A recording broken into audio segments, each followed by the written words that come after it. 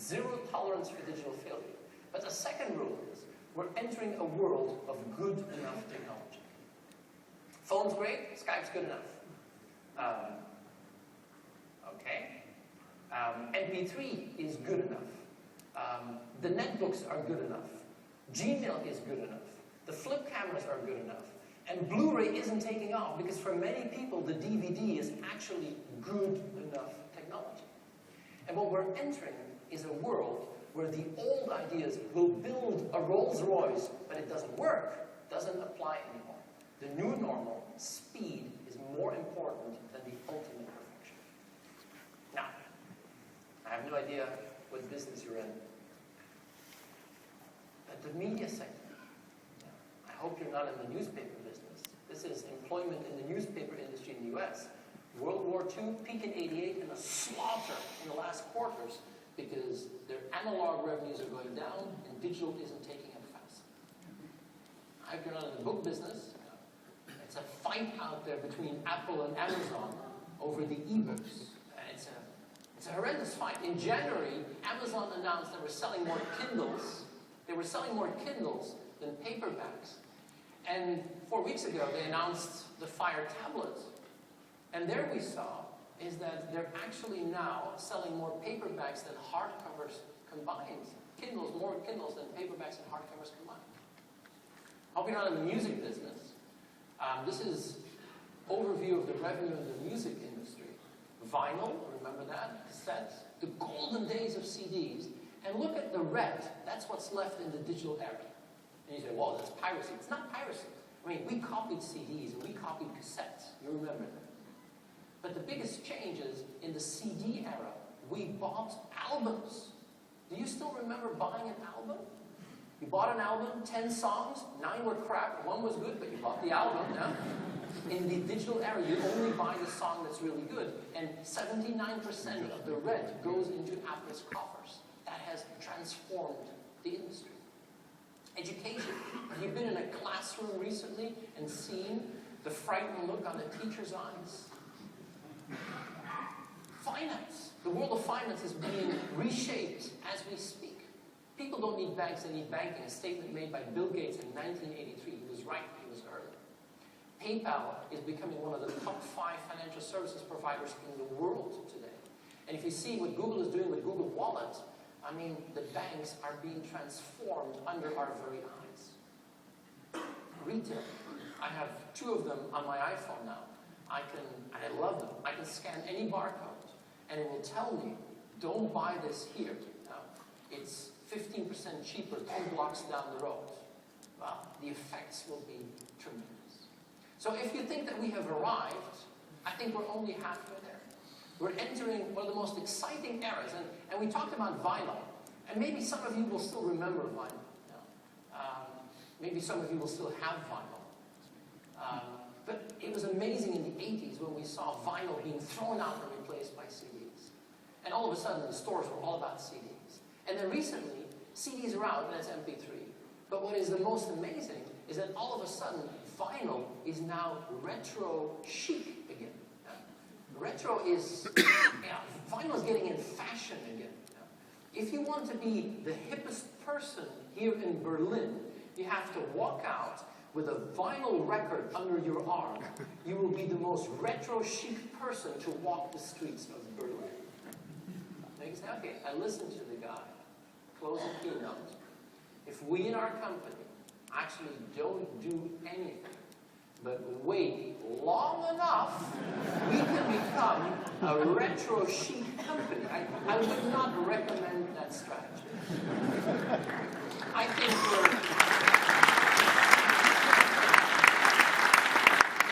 we're getting into an era where velocity is no longer an option. Velocity has become mandatory. And I love the old quote by Mario Andretti who said, if everything seems under control, you're just not going fast. But if you talk about information, I mean, this is the book that changed my life. And it came out in 1982, when John Naisbitt wrote Megatrends. He said, we are drowning in information, and we are starved of knowledge. But he was a cynical old man in 1982. But he was so right if we see what we've gotten into. My view on this is that once we get into this new normal, the idea of static information is dead, and information has become fluid. Now let me explain it. The worst thing is we hardly throw anything away. Yeah. This is probably the most underutilized feature that we have in computing. Yeah. We invented it, but we hardly use it. But I think what we're getting to in information, and I get philosophical here, is that in physics, at one point there was the great divide between classical physics and quantum physics. And I think we're getting at that point in information at exactly this moment. I don't know if you saw the movie Angels and Demons, but I love the movie. Tom Hanks, and good thriller.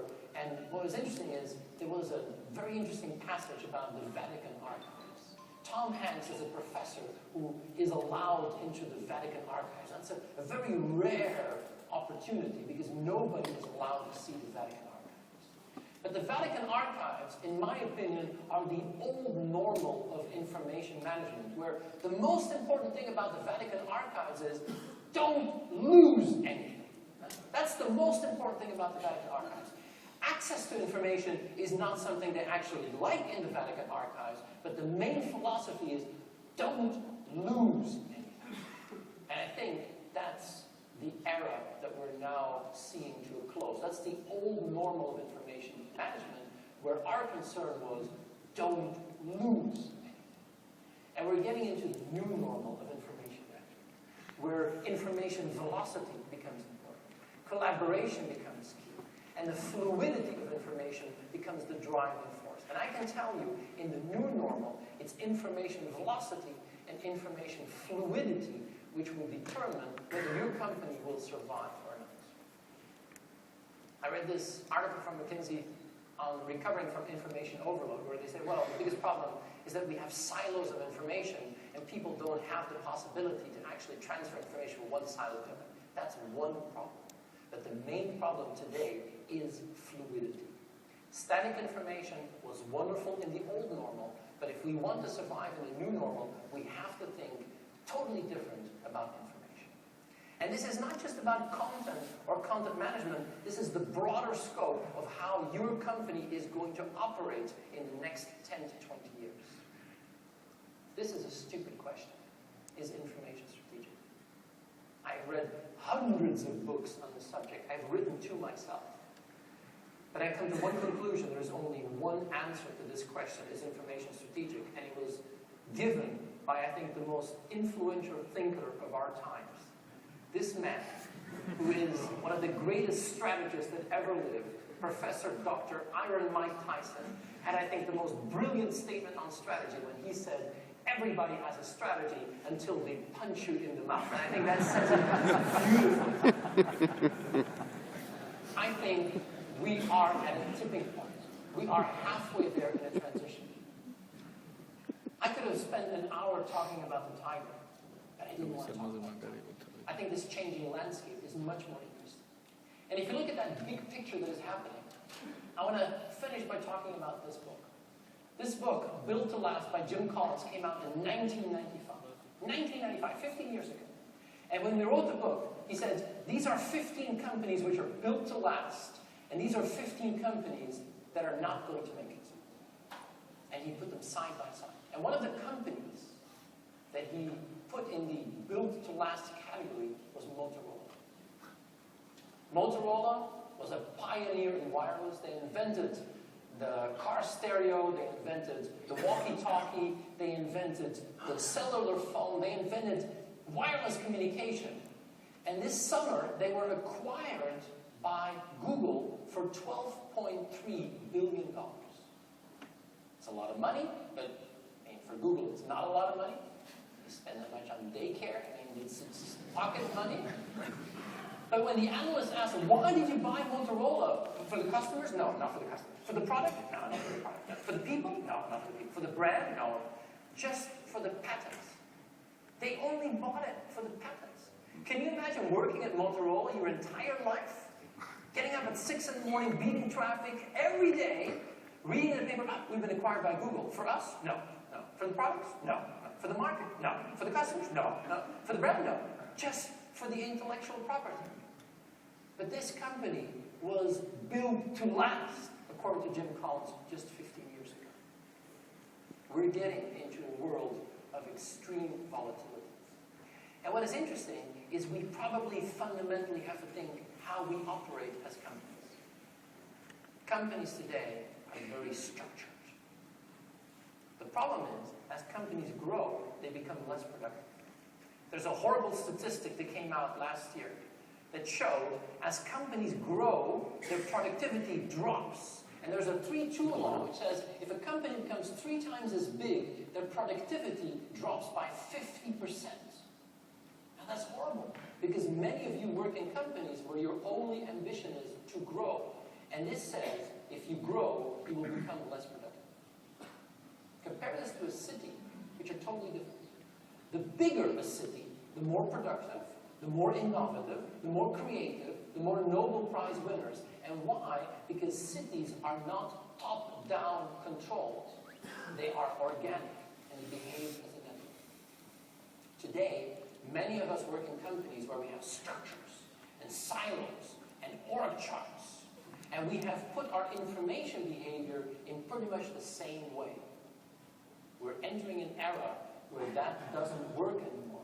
And we have to think about organic ways of working, about communities, about networking.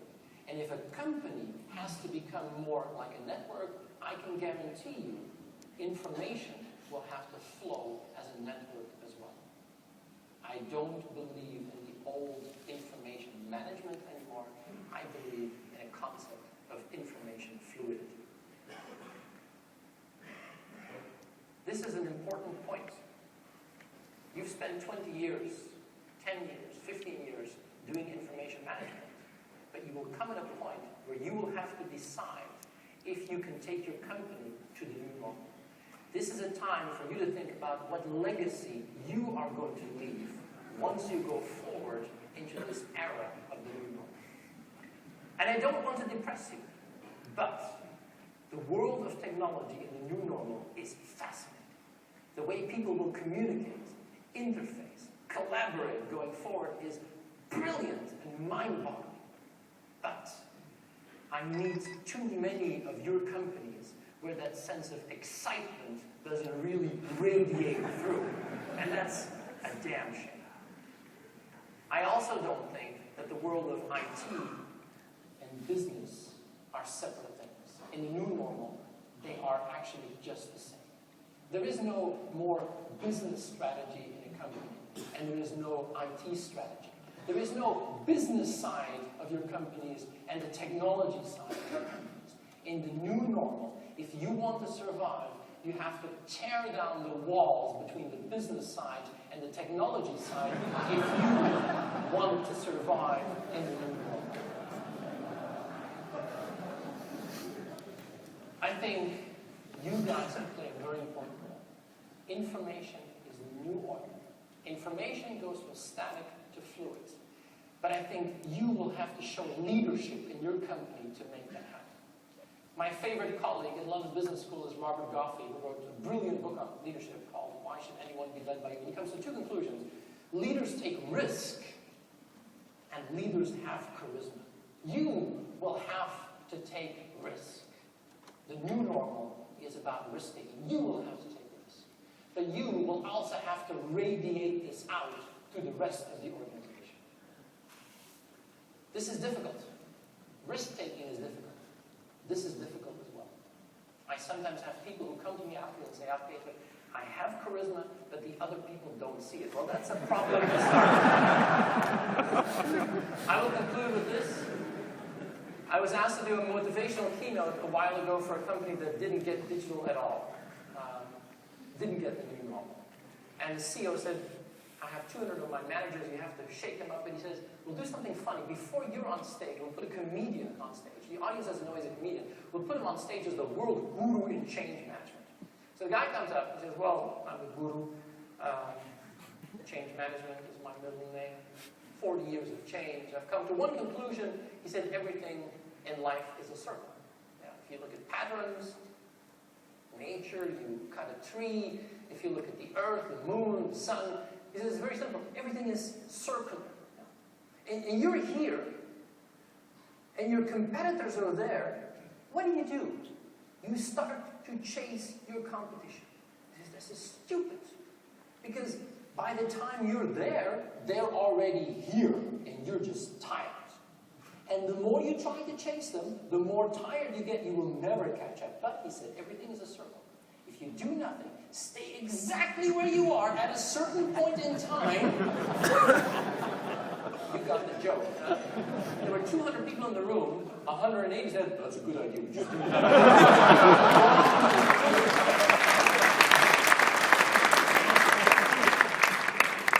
I didn't want to talk about the timer. I think our changing background is much more interesting. May you have a very Chinese vision on the new normal. I can only wish you a lot of success in the new normal. Thank you very, very much.